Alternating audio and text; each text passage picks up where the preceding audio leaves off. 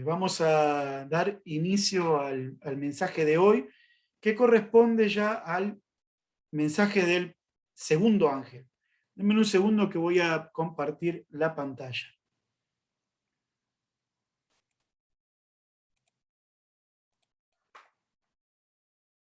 Muy bien, ahí estamos.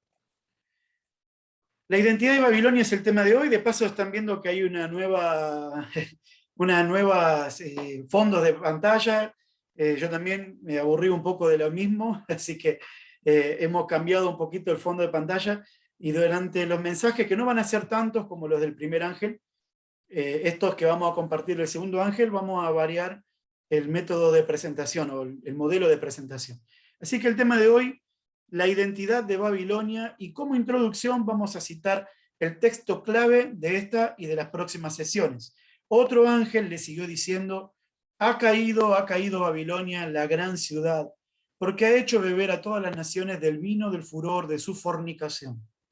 Este texto es la proclamación angélica del segundo ángel y va a ser el motivo de nuestro estudio durante esta lección y las siguientes 3 lecciones. Vamos a repetirlo en Apocalipsis 14:8. Recuerden que el mensaje del primer ángel no es que termina y continúa sino que al mensaje del primer ángel se le suma el mensaje del segundo. O sea que cuando estamos proclamando el mensaje del primero, que yo lo hemos estudiado con profundidad, mientras estamos reflejando el carácter de Dios, mientras estamos predicando con nuestro testimonio, tenemos que anunciar el mensaje del segundo ángel que dice: ha caído Babilonia, la gran ciudad, porque ha hecho beber a todas las naciones del vino del furor de su fornicación. En el mensaje del primer ángel se vindica al pueblo de Dios, y en el mensaje del segundo ángel se introduce al pueblo de Satanás.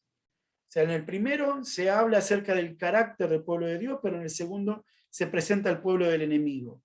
El primer ángel describe la victoria del pueblo de Dios, el segundo anuncia la derrota del pueblo del enemigo. El primer ángel presenta la misión de la iglesia verdadera, pero el mensaje del segundo ángel describe los rasgos de la iglesia falsa. Y el primer ángel muestra el testimonio del pueblo de Dios, y el segundo ángel muestra la proclamación profética final, que es lo que finalmente el pueblo de Dios debe anunciar. El primer ángel anuncia un juicio, el segundo ángel anuncia una sentencia. ¿Se acuerdan que decía el primer ángel: la hora de su juicio ha llegado? El mensaje del segundo ángel anuncia que ese juicio ha proclamado una sentencia que tiene por perdedor, por sentenciado a pena final, a Babilonia. Y vamos a organizar los mensajes de la siguiente manera. Hoy vamos a hablar de la identidad de Babilonia. Hay muchas formas de tocar este tema, hay mucha gente que habló sobre esto. Estoy seguro que la mayoría de ustedes tiene un conocimiento de todo esto. Así que lo vamos a presentar de una forma más como quise hacerlo en esta oportunidad. Los 4 principios del pueblo del enemigo. La semana que viene vamos a hablar del cumplimiento de la caída, el cumplimiento histórico, el profético y el escatológico. Luego vamos a hablar del vino del furor de su fornicación, que son las doctrinas abominables de Babilonia. Y luego voy a invitar a un amigo, pastor, que va a dar el tema del estado de los muertos dentro del contexto del mensaje de los 3 ángeles. Luego vamos a hacer un resumen final. Así que este es el menú, diríamos, para las próximas semanas. La primera parte de nuestro estudio de hoy es estudiar la Babilonia histórica. La Biblia en el Apocalipsis dice que ha caído Babilonia. Es la primera mención que el Apocalipsis hace de Babilonia, en Apocalipsis 14:8, en el mensaje del segundo ángel. Y dice que Babilonia ha caído. Pero para los tiempos de Juan, ya Babilonia ya no estaba como una ciudad.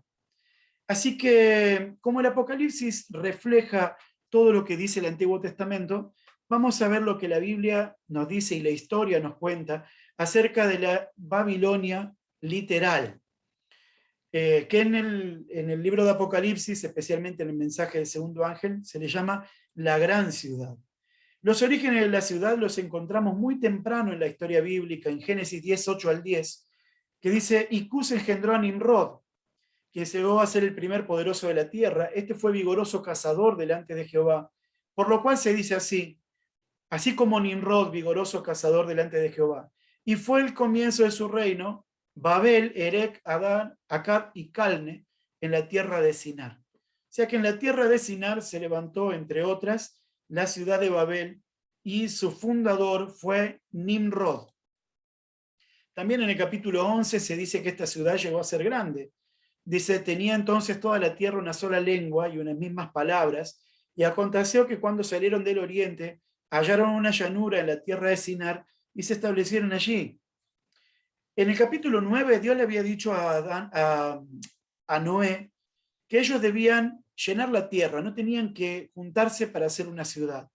Dice, bendijo Dios a Noé y a sus hijos y les dijo, fructificad, multiplicaos y llenad la tierra. Pero ya vemos que en el capítulo 11, los que fundaron la ciudad de Babel se corrompieron solamente por el hecho de establecerse como ciudad. Dice los versículos 3 al 4 del capítulo 11, y se dijeron unos a otros, vamos, hagamos ladrillo y cosámoslo con fuego.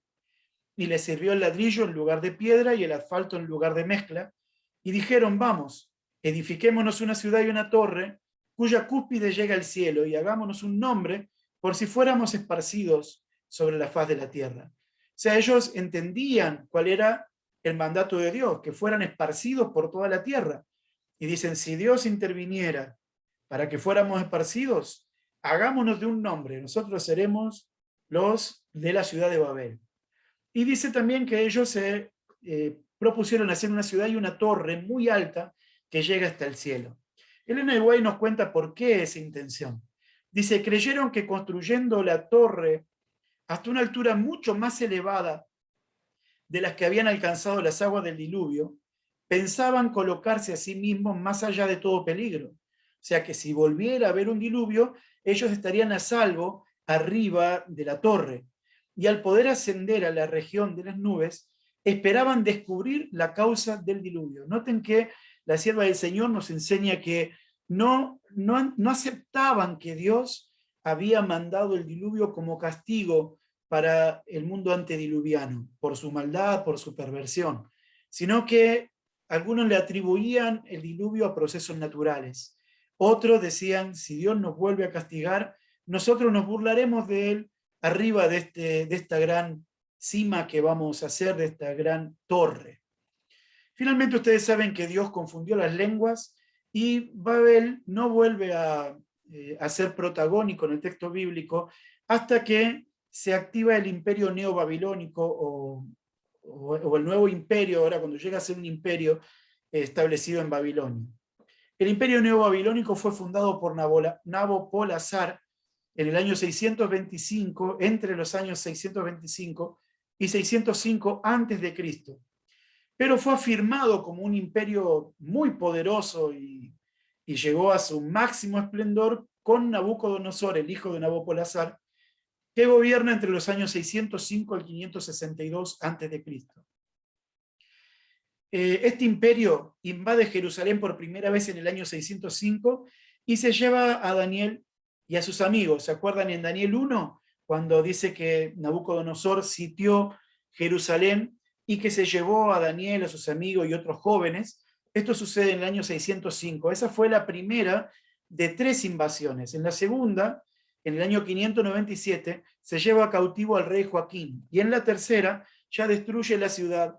En el año 586 a.C., mata a muchísimos israelitas y se lleva una gran parte de los israelitas como cautivos, como prisioneros, como esclavos, y quedan en la ciudad apenas algunas pobres personas que durante décadas no van a poder establecer ningún reino y ni van a poder levantar Jerusalén. Babilonia a partir de allí se hace muy grande y además se convierte en una ciudad maravillosa y hermosa. El Éufrates era el secreto de su poder. Ustedes, lo que ya conocemos esto, sabemos que la ciudad de Babilonia estaba construida sobre un río, sobre el río Éufrates que cruzaba por el medio de la ciudad. Los muros tapaban y cerraban la ciudad, unos muros inmensos, y dentro de la ciudad pasaba el río Éufrates. Una ciudad así podía soportar cualquier sitio, porque por más que vinieran muchos ejércitos a destruir la ciudad y se acomodaron afuera, mientras ellos tuviesen el río, tendrían agua para beber, para sembrar, podrían pescar, podrían resistir durante muchas décadas un sitio teniendo un río que pasara por dentro. Y el Éufrates era el secreto del poder del imperio neobabilónico.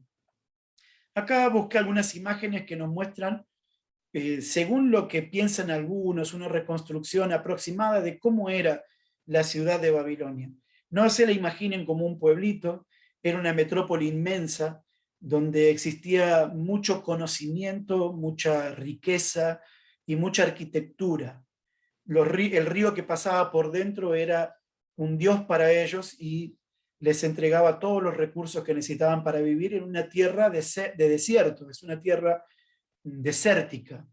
Acá tenemos algunas otras imágenes de cómo era aquella populosa e inmensa ciudad de Babilonia. Y también tenemos algunos sigurats.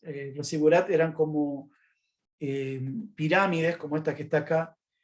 Dentro de Babilonia se encontró, de las ruinas de Babilonia, que actualmente están en Irak, se encontraron las bases de lo que probablemente fue la Torre de Babel, un sigurat inmenso, las bases de ese sigurat, donde se construyó la Torre de Babel. Pero también tenemos algo interesante aquí. Una de las maravillas del antiguo mundo fueron los jardines colgantes de Babilonia. Cuenta la historia que Nabucodonosor tenía una esposa que había vivido y había nacido en tierras de mucha generosidad, ¿no? Donde había mucho verde, pero Babilonia estaba emplazado en un lugar desierto, por lo que él entonces mandó a hacer jardines colgantes, a subir tierra y poner un jardín inmenso, por lo que la ciudad era como un gran monte verde. Así que cuando la veías de lejos, en el medio de todo el desierto de aquella zona se podía ver la ciudad verde y llena de flores, una cosa increíble. Este imperio neobabilónico, Jeremías anuncia su caída en el año 594 a.C., unos pocos años antes que fuera la ciudad de Jerusalén destruida, y anuncia que el imperio neobabilónico o el imperio de Babilonia sería destruido.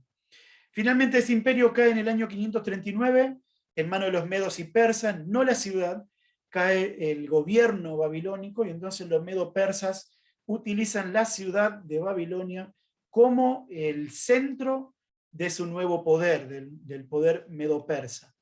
En el año 480, a causa de las rebeliones de los propios babilónicos contra el gobierno medo-persa, algunos de los reyes medo-persas comienzan a destruir partes de la ciudad, partes del muro, algunos templos, para poner orden dentro del pueblo, y así comienza su decadencia. Finalmente, entre los años 300 al 140, la ciudad es dejada.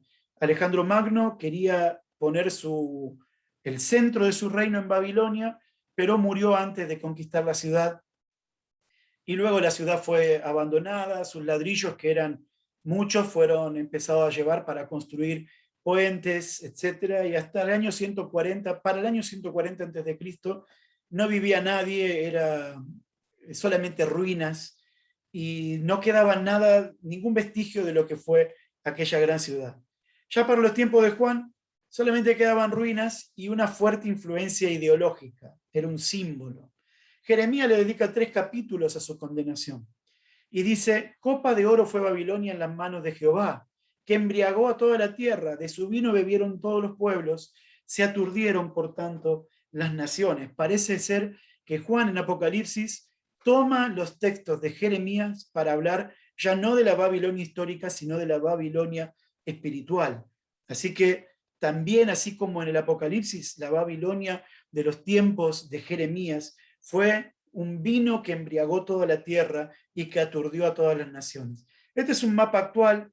Tenemos, esta es la zona de Palestina, del Líbano, de Medio Oriente, y ahí tenemos en el círculo derecho, aquí tenemos la región de Irak, todo esto es Irak, todo lo que está acá es grande, y aquí está lo que se conocería, hoy se conoce como lo que era Babilonia, y aquí está Jerusalén. Fíjense la distancia que habían entre estas dos ciudades, y aunque esta ciudad de Babilonia para los israelitas estaba al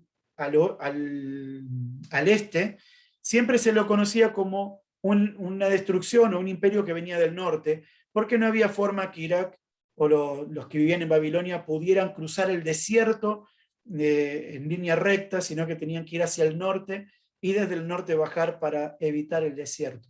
Así que los israelitas eran amenazados siempre como la destrucción que venía del norte. Ahí tenemos entonces el gran país de Irak, y en el medio, ahí muy cerquita de Bagdad, están las ruinas de Babilonia. Si uno ve en el Google Maps, ahí se encuentra, todavía dice algunas instrucciones del Google Maps, la Torre de Babel y la Puerta de Ishtar, que pertenecía al gran templo que estaba en Babilonia, que todavía está en pie. Esta es la Puerta de Ishtar. Fíjense qué grande que es, actualmente obviamente está muy vigilada, pero es un centro turístico, tiene muchas imágenes de animales y principalmente de leones.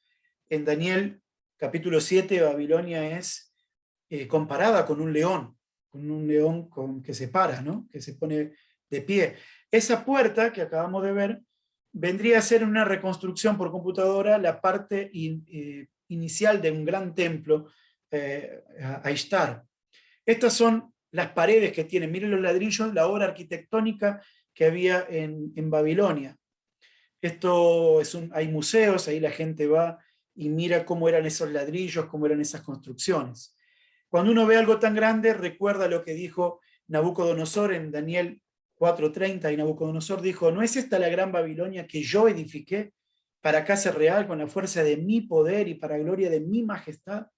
Noten ustedes el orgullo, lo que nos recuerda cuando la Biblia dice en Mateo 23:12, porque el que se enaltece será humillado, y el que se humilla será enaltecido. Y así fue aquella gran ciudad. Hoy simplemente es un montón de ladrillos que solamente sirven para recordarnos las glorias que tuvo en sus tiempos antiguos. La segunda parte de nuestro estudio, vamos a meternos ahora en la religión de Babilonia. Ya estudiamos un poco lo que fue la Babilonia histórica, el poder que tuvo, cómo guerreó contra el pueblo de Dios y la vanidad que había en sus líderes. En cuanto a la religión de Babilonia, vamos a decir que en la Biblia, en el Apocalipsis, encontramos dos religiones, el de la gran ciudad y el de la ciudad de Dios. Y vemos acá la ciudad de Babilonia, en Apocalipsis 14:8, se le llama la gran ciudad. El río de Babilonia es el Éufrates y está nombrado 2 veces en el Apocalipsis, siempre dentro del contexto de la condenación que vamos a ver al final.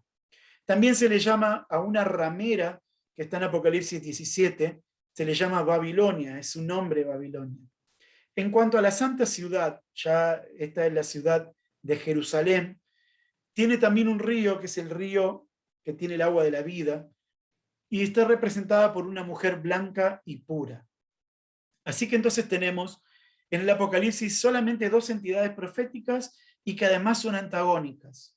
Existen solamente 2 poderes, no hay 3 caminos, solamente hay 2. O estás del lado de Babilonia o del lado de Jerusalén, o sos parte de los que estarán compartiendo la boda del Cordero, o los que estarán en la condenación final. Solamente hay 2. La gran ciudad, que es la ciudad de Babilonia, y la santa ciudad, la ciudad de Jerusalén.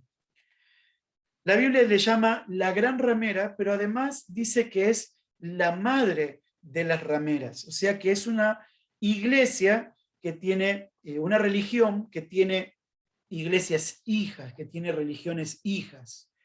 También la Biblia nos habla de la prostitución espiritual. La prostituta o la ramera es la religión idólatra, dice Ezequiel 16, cuando se acusa al mismísimo pueblo de Dios de ser una ramera.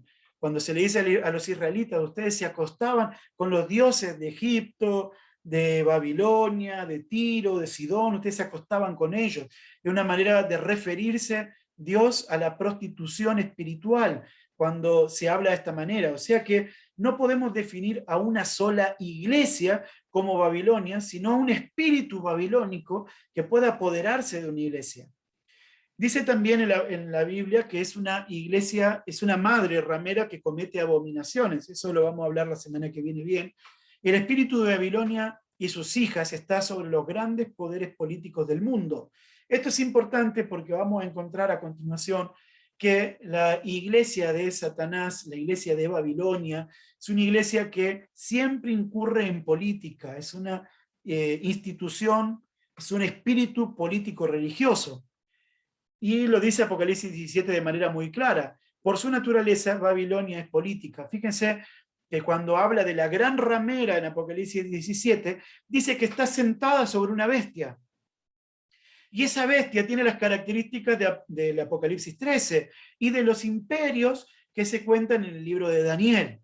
Dice Apocalipsis 17, 9 y 10, las 7 cabezas son 7 montes sobre los cuales se sienta la mujer, y son 7 reyes. Fíjense que hay 7 reyes o 7 reinos sobre los cuales se asienta la mujer. Y dice el profeta, 5 de ellos han caído, uno es y el otro aún no ha venido, y cuando venga es necesario que dure breve tiempo.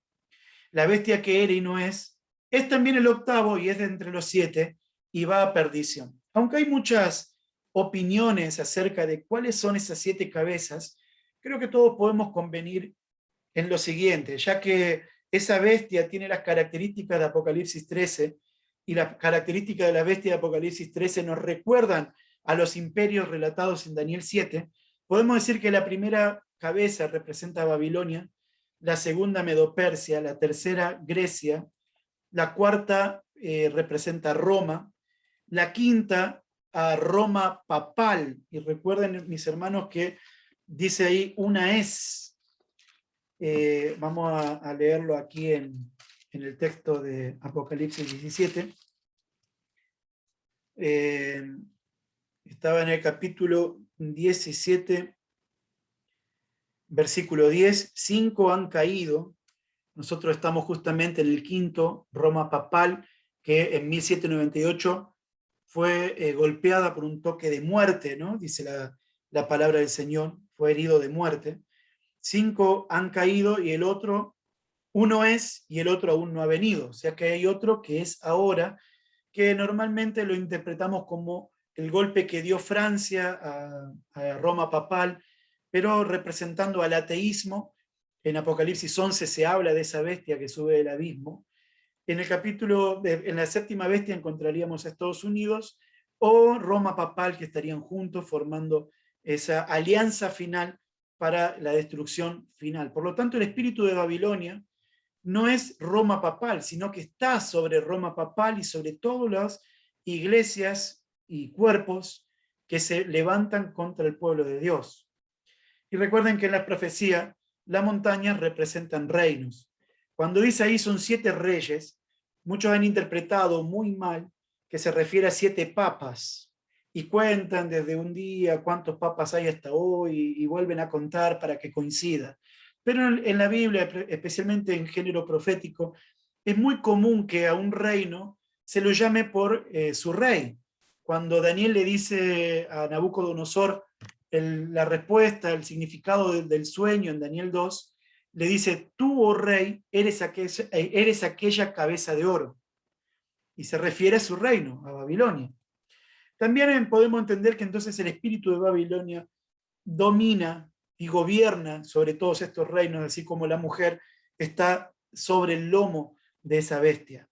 Babilonia entonces es un espíritu de confusión y de pecado que impera desde Caín, incluso mucho antes de la construcción de Babel. Vamos con la característica religiosa de Babilonia. Babilonia, vamos a resumirlo con 4 cosas porque no podemos hacerlo demasiado largo, pero creo que son 4 características que lo hemos visto en todos estos 7 cabezas y las anteriores también. Todos los pueblos que han oprimido al pueblo de Dios han tenido estas mismas 4 características. Primero, todas ellas tienen un sistema piramidal de gobierno. Vamos a estudiar esto en un momento más. Todas ellas atacan la ley de Dios. Todas ellas persiguen al pueblo de Dios y todas creen en la inmortalidad del alma. Nunca olviden esto. Esta es la radiografía de Babilonia. Si ustedes quieren encontrar dónde está Babilonia, estas son las 4 características que conforman la religión de Babilonia. El sistema piramidal de poder, siempre ustedes lo han visto en la palabra, el rey, el faraón, el César, o en este caso el padre, el papa, siempre se lo considera como un dios o como un hijo de los dioses. Se arrodillan ante él, le besan la mano, le piden cosas. Forma un sistema de castas con variados privilegios para sus asesores o seguidores, perdona la vida o condena, lleva a la muerte o permite que las personas vivan, y de esa manera todos estos reyes, desde que hubo un poder satánico así gobernando las naciones, siempre el rey o el principal de ellos, como si fuese el que está en la cima de esa pirámide, se lo considera como un Dios sobre la tierra o un hijo de Dios. Así entonces nosotros hoy también hemos visto que en el papado, el principal, el papa, se lo considera el vicario del Hijo de Dios, el representante del Hijo de Dios. Por eso se adjudica el poder de perdonar pecados, de que le besen la mano, de que se arrodillen ante él. Todas estas cosas muestran que el sistema piramidal de poder se mantuvo desde Faraón y hasta el último vestigio de Babilonia en estos últimos días. Recibe adoración. Fíjense en Daniel 6:7.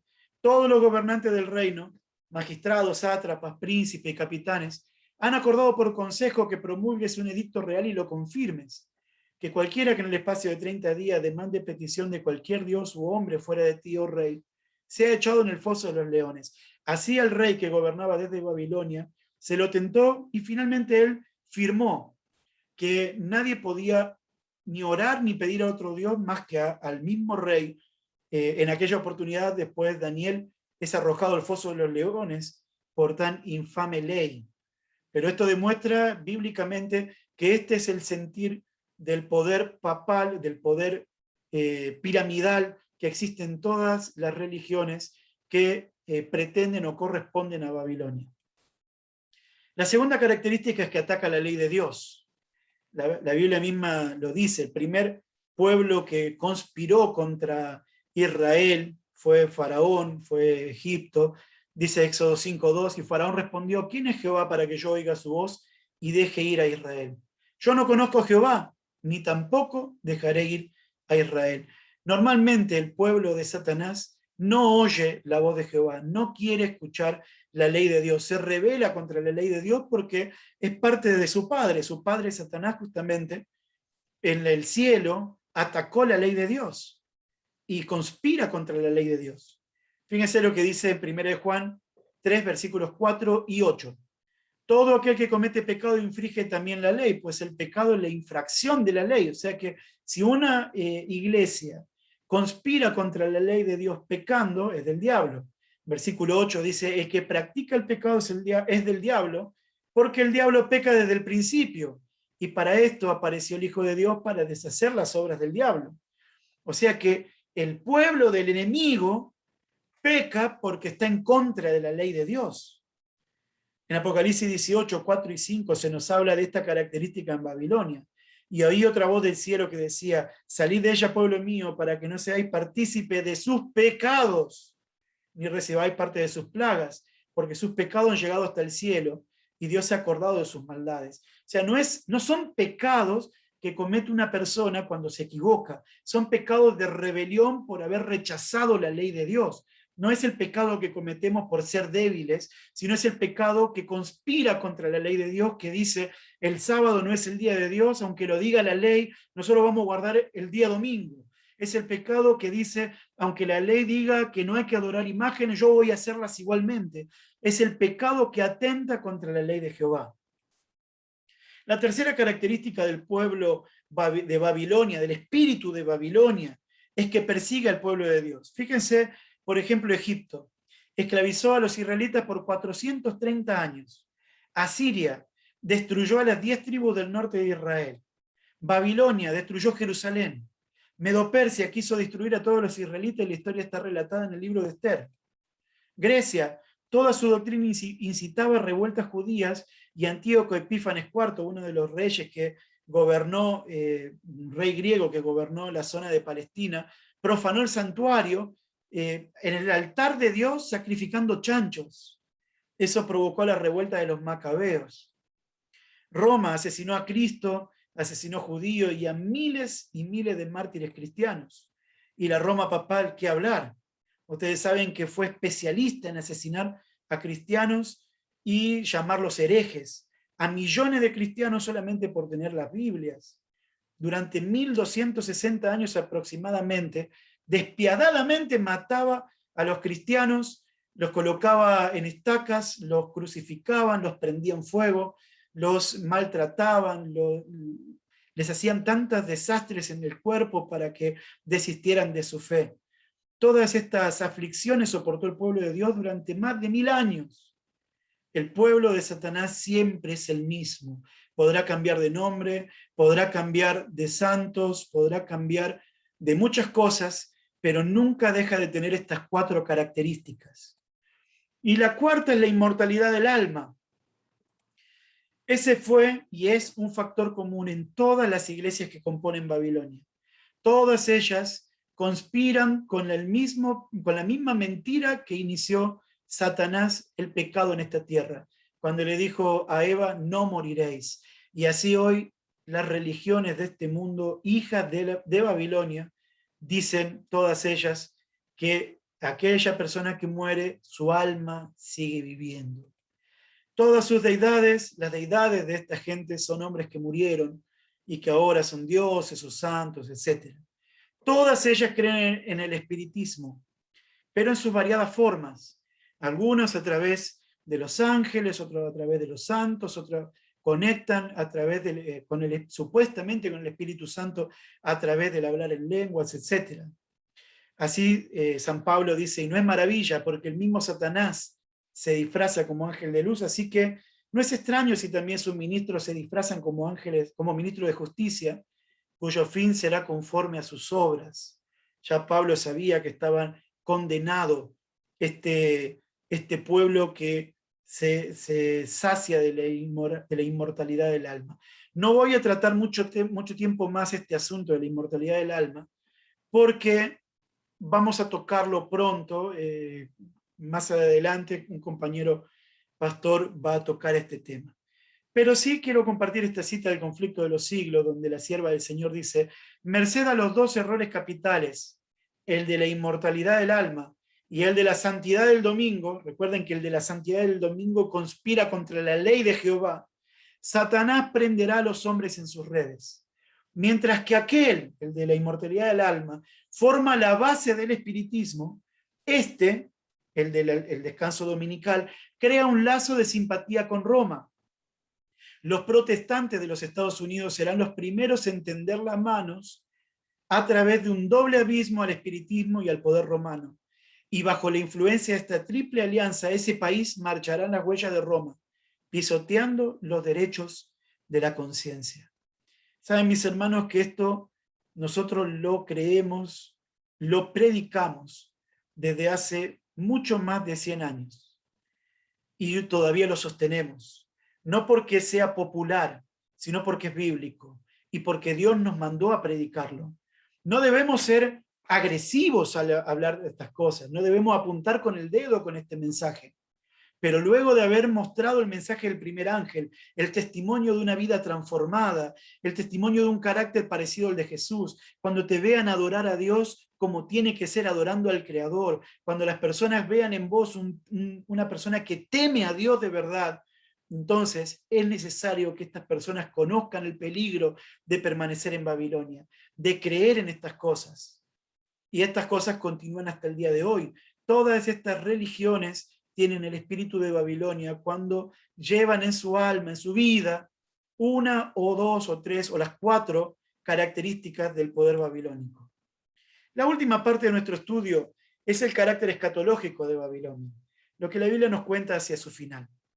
La primera mención de Babilonia en el Apocalipsis es en el mensaje del segundo ángel y anuncia su caída moral y parcial. Ya lo vamos a ver ahora. En Apocalipsis 17 se dan detalles del juicio y la condena. Y en Apocalipsis 18 se nos cuenta la ejecución de la condena que aún está en el futuro.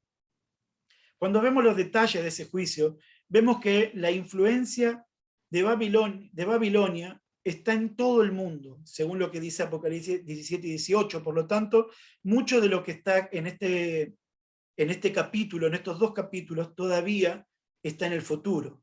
Dice, los reyes del mundo cometieron adulterio con ella, y los que pertenecen a este mundo se emborracharon con el vino de su inmoralidad. También dice, los reyes del mundo cometieron adulterio con ella debido a su deseo por lujos excesivos. Los comerciantes del mundo se han enriquecido. Fíjense cómo la Biblia muestra que aparte de tener una consideración especial. Los reinos de este mundo, los países, tienen convenios católicos, hay muchos países católicos, países que mezclan la religión con la política, más que nada por motivos egoístas. También dice la palabra, la mujer que viste en la visión representa la gran ciudad que reina sobre los reyes del mundo. O sea, esto todavía no está cumpliéndose hoy por hoy en su totalidad, pero los acontecimientos finales serán extremadamente rápidos. Algunas características apocalípticas. Dice el versículo 18 de Apocalipsis, que los que vean la destrucción de Babilonia dirán, ¿dónde habrá una ciudad de tanta grandeza como esta?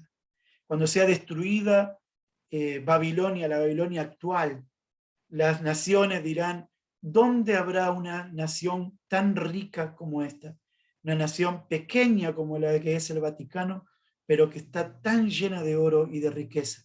Sentada sobre muchas aguas, dice también en el 17.1, así como las aguas del Éufrates alimentaban y le daban vida a la Babilonia histórica, a la Babilonia literal.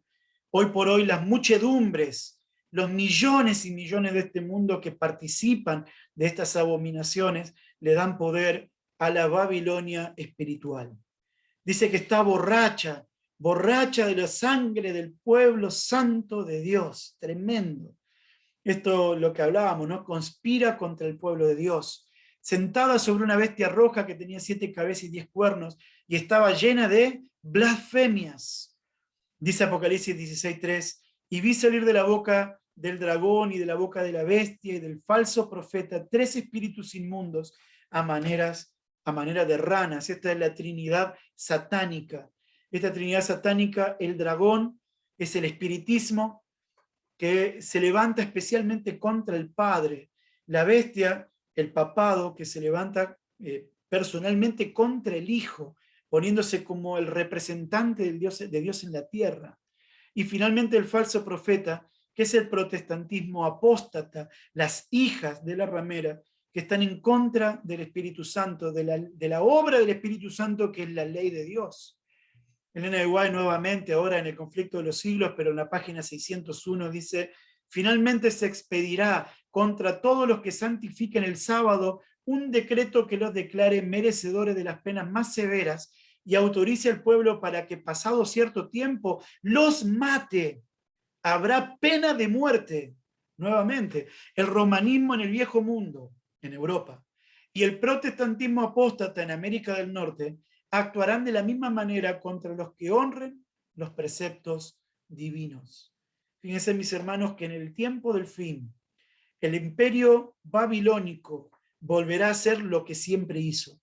Esto es para todos aquellos que piensan que Babilonia cambió, que ahora la Iglesia Católica, no nos referimos a los hermanos, por favor, pero sí al sistema piramidal católico, ese cambió desde el Concilio Vaticano II, es mucho más flexible, Elena White es clara, no cambió ni cambiará. Babilonia es la misma, el espíritu de Babilonia que comenzó en Caín se extenderá hasta el último, cuando Cristo venga a buscarnos y destruya la maldad finalmente.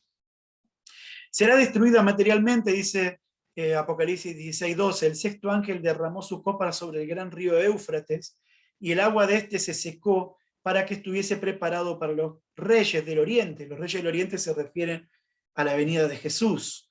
Pero acá dice que en el tiempo del fin, todos los seguidores de Babilonia, todos los seguidores de esta iglesia se darán cuenta del fraude cuando vean que su destrucción es inminente. Se levantarán contra ella y la destruirán. El río Éufrates será corrido de su lugar, así como sucedió en la Babilonia literal. Dice la palabra en el Apocalipsis 17:16, y los 10 cuernos que viste en la bestia, estos aborrecerán a la ramera, la dejarán desolada y desnuda, y devorarán sus carnes, y la quemarán con fuego. O sea que la destrucción literal, la destrucción material, será entre ellos mismos al final del tiempo. Así tendrá su fin completo. Mis hermanos, llego a la conclusión de nuestro mensaje. Y para cerrar este repaso que estoy seguro que no es exhaustivo, pero que por ahí nos viene bien para recordar algunos principios, para afirmarlo nuevamente. Creo que nos corresponde a nosotros tocar algo que hoy se está viendo mucho, lamentablemente. Han escuchado a veces a personas, incluso principalmente dentro de nuestra misma iglesia, decir que la iglesia adventista es Babilonia. Yo lo he escuchado, he discutido con algunas personas. Les dejo una cita solamente. Todo lo que hemos hablado nos muestra que es imposible que la iglesia adventista sea Babilonia porque las características son claras. Pero les dejo esta cita. Dios tiene un pueblo en el cual todo el cielo está interesado. Y dicho pueblo es el único objeto de esta tierra que sea precioso para el corazón del Señor. Esto me encanta a mí, porque no está hablando de cualquiera, está hablando de este pueblo, del pueblo adventista, de ustedes y de mí. Dice, todos los que lean estas palabras, denles atenta consideración, porque en el nombre de Jesús yo quisiera grabarlas en cada alma. O sea que el NWS se está esforzando en que entendamos lo que está por decir. Cuando se levanta alguien de entre nosotros o de afuera, que siente la preocupación de proclamar un mensaje que declara que el pueblo de Dios forma parte de Babilonia y asevera que el fuerte pregón es un llamamiento a salir de ella, podéis saber que no proclama el mensaje de la verdad. Más clara no puede ser. No lo recibáis, ni le digáis bienvenido cuando estas personas aparecen en nuestras iglesias, porque Dios no habla por medio de él, ni le dio mensaje alguno. Él corrió antes de ser enviado. El mensaje contenido en el folleto titulado El fuerte clamor, esto fue algo que en sus tiempos proclamaba lo que hoy tantos están diciendo, es un engaño. Tales mensajes vendrán y se pretenderán que han sido enviados por Dios, pero la pretensión será falsa. Noten que ella está profetizando, está diciendo que en estos días esto iba a suceder y que esto sería falso, porque no están llenos de luz, sino de tinieblas. Habrá mensajes de acusación contra el pueblo del Señor, similares a la obra hecha por Satanás al acusar al pueblo de Dios, y estos mensajes estarán razonando en el mismo momento, resonando en el mismo momento cuando el Altísimo le esté diciendo al pueblo, levántate, resplandece, porque ha venido tu luz y la gloria de Jehová ha nacido sobre ti. Porque he aquí que tinieblas cubrirán la tierra y oscuridad las naciones, mas sobre ti amanecerá Jehová y sobre ti será vista su gloria. Amén. Gloria al Señor, mis hermanos, usted y yo no estamos en tinieblas, conocemos lo que la palabra nos enseña y hay suficiente luz como para que entendamos la verdad del error, del engaño. Por eso, mis hermanos, no permitamos que personas malintencionadas o confundidas traigan a Babilonia a nuestra iglesia. Nuestra iglesia es el pueblo que debe proclamar, salid de ella, pueblo mío. No es el pueblo de Babilonia. La iglesia adventista no es, ni lo será jamás. Aunque es cierto que el espíritu de Babilonia podría gobernar el corazón de alguien. ¿Cómo es eso? La voz del fuerte pregón en Apocalipsis 18:4 va a decir, ya lo último, cuando está Cristo a punto de llegar, salid de ella, pueblo mío, para que no seáis partícipe de sus pecados, ni recibáis parte de sus plagas. ¿Puede ser que haya hermanos adventistas que tengan el espíritu de Babilonia? Yo creo que sí, porque el solo hecho de haberte bautizado no te hace parte del pueblo remanente espiritual de Dios. Haberte bautizado te hace miembro de la iglesia, pero si tu bautismo no fue real, si solamente se mojó a una persona en el día de tu bautismo, entonces no sirve de nada. El verdadero bautismo es una muerte a mi vida anterior y un nacer en el pueblo de Dios, no en el pueblo de Babilonia. Pero hay vestigios de nuestro pasado, de nuestra naturaleza humana. Quizás algunas de las primeras 3 características del pueblo de Satanás puedan reinar nuestra vida. El primero era ese sistema piramidal de poder. Quizás no en nuestra iglesia, eso no existe, aunque podría haber personas que tengan un fuerte liderazgo y haya errores y pecados en la iglesia, que los hay, no significan jamás que nuestra iglesia sea Babilonia. Sin embargo, sí puede ser que alguien en su orgullo más grande rechace a Dios en su vida y se tenga a sí mismo como un Dios. El yo, el orgullo. Ese es el espíritu de Babilonia. En otro aspecto, podría ser también que el espíritu de Babilonia, guerrea contra el pueblo de Dios. Hay muchas personas que continuamente critican la iglesia pensando que están haciendo una buena obra, y mi hermano, jamás criticar la iglesia va a ser el mensaje del Señor. No digo que no haya que amonestar, que no tengamos que mejorar. Lo hemos hecho la semana pasada, la semana anterior, cuando hablábamos de temas nuestros, reconociendo nuestra necesidad, pero nunca será el mensaje final, nunca será el mensaje de la verdad presente empezar a apuntar con el dedo a la iglesia para criticar los pecados. No. Ya hemos hablado con nuestro mensaje. Está emplazado en Apocalipsis 14, el mensaje del primer ángel, y ahora estamos hablando del segundo. Ese es nuestro mensaje. Cuando criticamos la iglesia, cuando criticamos a hermanos, estamos siendo partícipes del espíritu de Babilonia. También podría llegar a ser que atenta contra la ley de Jehová, porque hay muchas personas que no terminan nunca de emplazarse dentro del contexto del mensaje de nuestro Señor, de la palabra de Dios, de la ley de Dios. Y si no somos capaces de afirmarnos en la ley de Dios, entonces estamos afirmados en contra de ella. Y a muchos nos falta crecer todavía un montón. En las fronteras del sábado, por ejemplo, en la caída del sol a caída del sol, en los alimentos. Hay personas que aún después de haber conocido la verdad todavía siguen aferrados de vicios, todavía toman alcohol, cerveza. Y mis hermanos, ese no es el espíritu de Babilonia. Por eso creo que este mensaje es pertinente para todos nosotros. La voz del mensaje final dirá: salid de ella, pueblo mío, dejemos el espíritu de Babilonia, que Babilonia será destruida, no seamos parte de sus pecados, que seamos parte del mensaje del fuerte pregón a este mundo. Ese es mi deseo y mi oración, mis hermanos amados, que Dios los bendiga a cada uno. Gracias por compartir conmigo este mensaje de esta noche.